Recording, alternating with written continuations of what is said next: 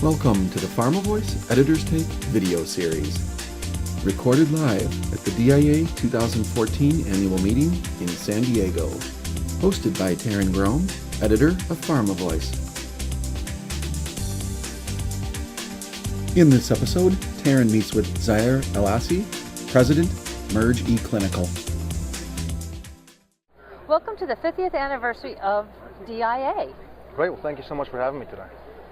The application of advanced information technology to clinical research is among the most significant and revolutionary trends in the industry today. Your company, Merge eClinical, has built its business on the idea that studies are better managed with digital tools such as EDC, ECRF, and electronic recruiting. Many smaller organizations, though, find it hard to implement such systems due to budget limitations. So let's talk about the digital tools available that can streamline the research process.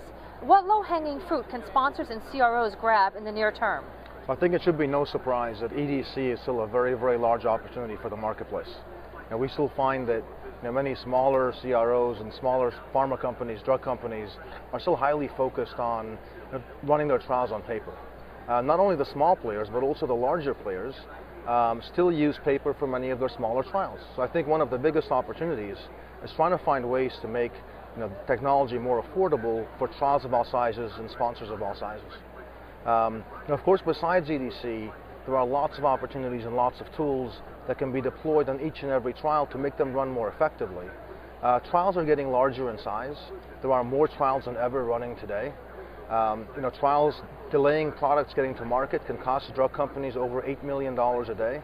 So making sure that trials get up and running as quickly as possible, making sure they have all the tools in place to conclude as rapidly as possible, it can save the industry a tremendous amount of money.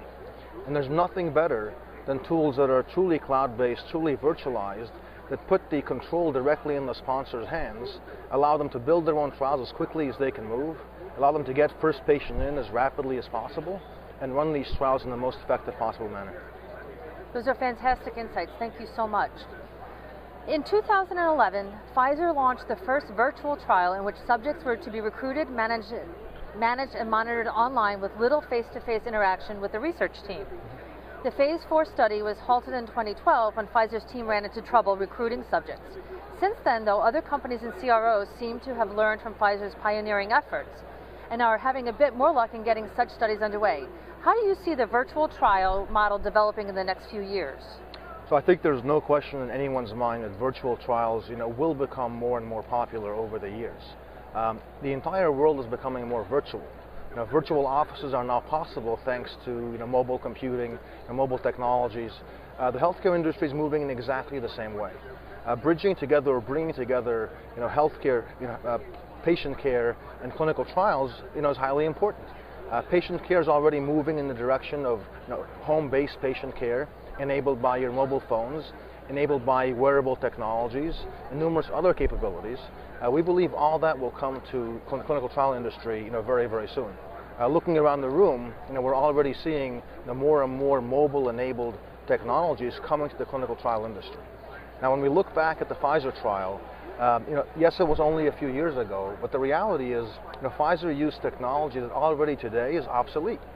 They decided to use the mobile handheld patient-reported outcomes diaries that are hard to mail, hard to maintain, hard for patients to use. Now, we believe very, very strongly that putting a device in a patient's hand they're already familiar with, their own cell phone, will make them more compliant and more likely to use the tool and significantly more knowledgeable, making the trial, even the Pfizer trial, significantly more successful given the right tool set. Excellent points. Other than the adoption of electronic data collection and management tools, what changes in the clinical research world do you think would help sponsors, CROs, and sites be more cost-effective, efficient, and successful, the triumvirate of everybody's goals? Absolutely, absolutely. I mean, again, we believe that making sure that the technology can be placed in the hands of each and every single trial that's out there, again, ranging from the very, very basic tools that are available today, some of the very advanced tools. Most eClinical players today are moving away from EDC, saying that EDC is already over-leveraged. Now, we still believe there's a very, very big opportunity in EDC, but we also believe in commoditizing EDC to make sure that every single trial is leveraging basic technology. Once they're leveraging basic technology tool sets, you have the ability to layer on much more advanced capabilities like endpoint adjudication, like image management, randomization, drug dispensing, medical coding, all sorts of things can be layered on once we teach each and every trial to leverage technology. That is not an easy undertaking, right? Really, really important to figure out how to right size and scale our tool sets so they can price for each and every trial.